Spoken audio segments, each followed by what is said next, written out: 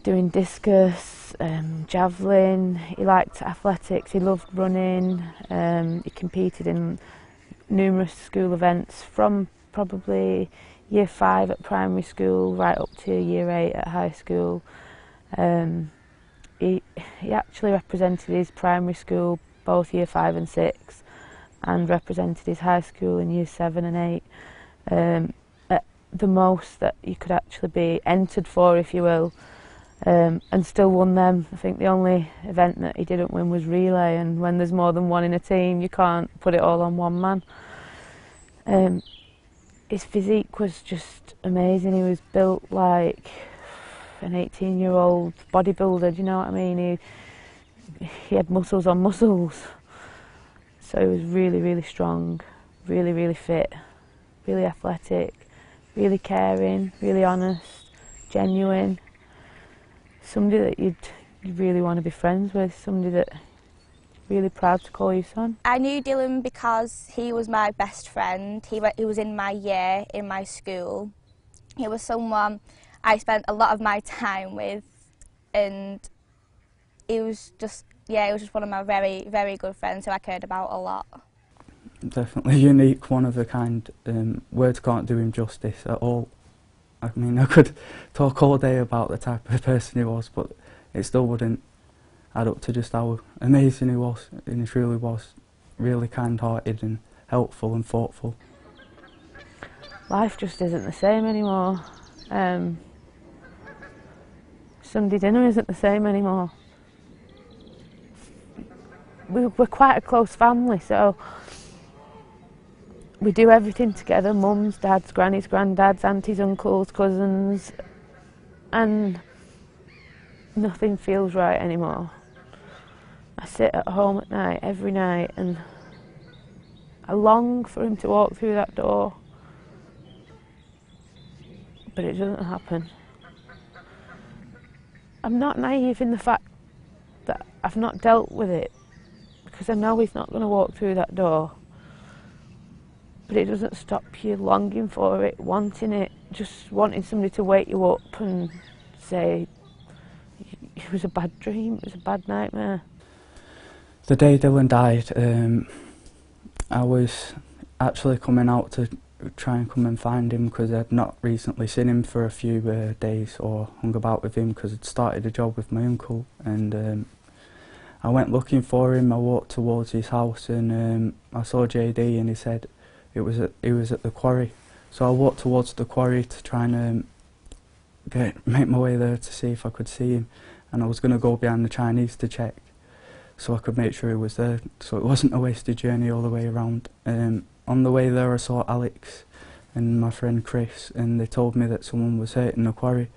They didn't say who it was, so I went to the Chinese anyway to see and have a look, and I could just see someone lying there and just some figures. I mean, I didn't have a really good view from where I was standing, so I came out and then I walked towards the quarry anyway, and I saw Paige, and she said it was Dylan who was hurt in the quarry. And then I walked back with Paige to go to tell JD that Dylan was hurt, and JD basically ran and left Dylan's younger brothers and his sister with me and Paige to walk them up to the quarry so they could be there as well. It was actually when Beckie's mum, she came down the road in the car and she screamed that he's dead, and yeah, it was horrible. Basically, he'd went swimming with 2 of his friends, and 2 people, one of them had got in first. He was trying to swim across to kind of an island. I believe he got into some difficulties and he shouted for help. He shouted more than once, he shouted quite a few times for help. I'm sure his friends did the best that they could do at the time. Then some Polish men had come actually to go swimming at the place where Dylan had died, and they helped to get Dylan out. They did CPR, they tried everything they could to bring him back, but he was pronounced gone at the scene. You're probably going to think you're not going to lose someone. Like, I never thought I'd lose Dylan, I thought I'd have Dylan forever. So I guess I kind of took that for granted a little bit. but now I don't have him anymore, no one has him anymore. So I'd just say, stop your friends from doing anything stupid, don't try and look clever or something, because if you lose him, I can't even describe to you how horrible it feels to lose someone. It really, really is horrible. Doing it for Dylan's a water safety campaign that basically, more or less the day after Dylan died, I started looking into reasons why he could have died in outside water, being such a strong swimmer, how this possibly could have happened when he was so fit. He was, you know, like I say, top of his game in everything sporting wise. So it was the shock factor, and I just realised that something had to change, whether it be laws, whether it be education. I think probably a bit of both, if I'm honest. I think probably should be slightly stricter laws surrounding outside water, and I also think there should definitely be water safety on the national curriculum, and that's the basic start to doing it for Dylan, is that I'm trying to educate children and say that if this could happen to Dylan, this could happen to any one of you. For that 5-10 minutes worth of fun you might have in that outside water, it's really not worth your family's pain for the rest of their lives. And if I could get one message out to them, it would be, it's not worth it. It's just so not worth it.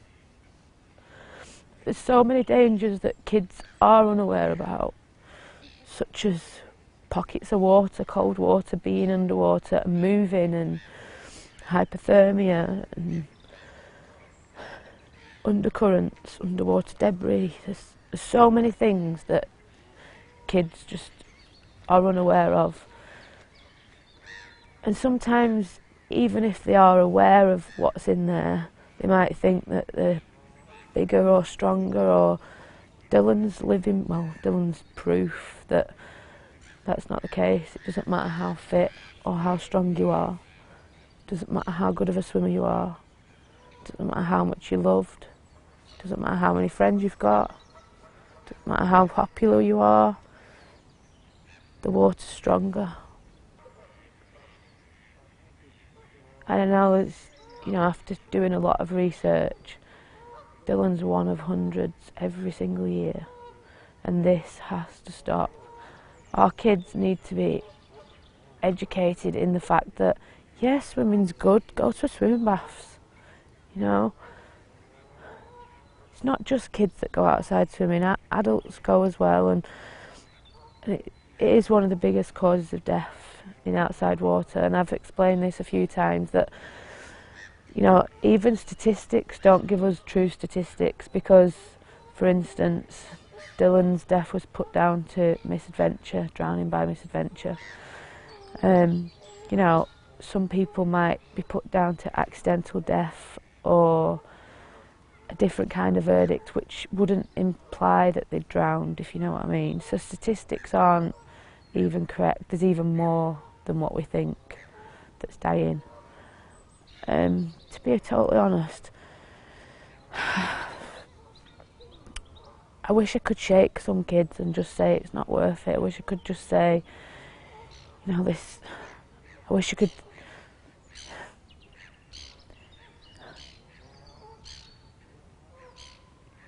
I wish they could walk one day in my shoes, because I'm almost positive anybody that would be willing to take that risk of swimming in outside water, that would walk one day in my shoes, wouldn't take that risk. They wouldn't put their parents through what I'm going through. They wouldn't put the families through what my family's going through, My daughter cries herself to sleep some nights. That's not right at 6 years old. I cry myself to sleep some nights. That's not right as a mum. I wish I'd have been better educated on the dangers of outside water, because I would have drummed them into my kids' heads. And I have, with the 3 that I have left. I just wish I had the chance to be able to do it with Dylan, because he would have listened.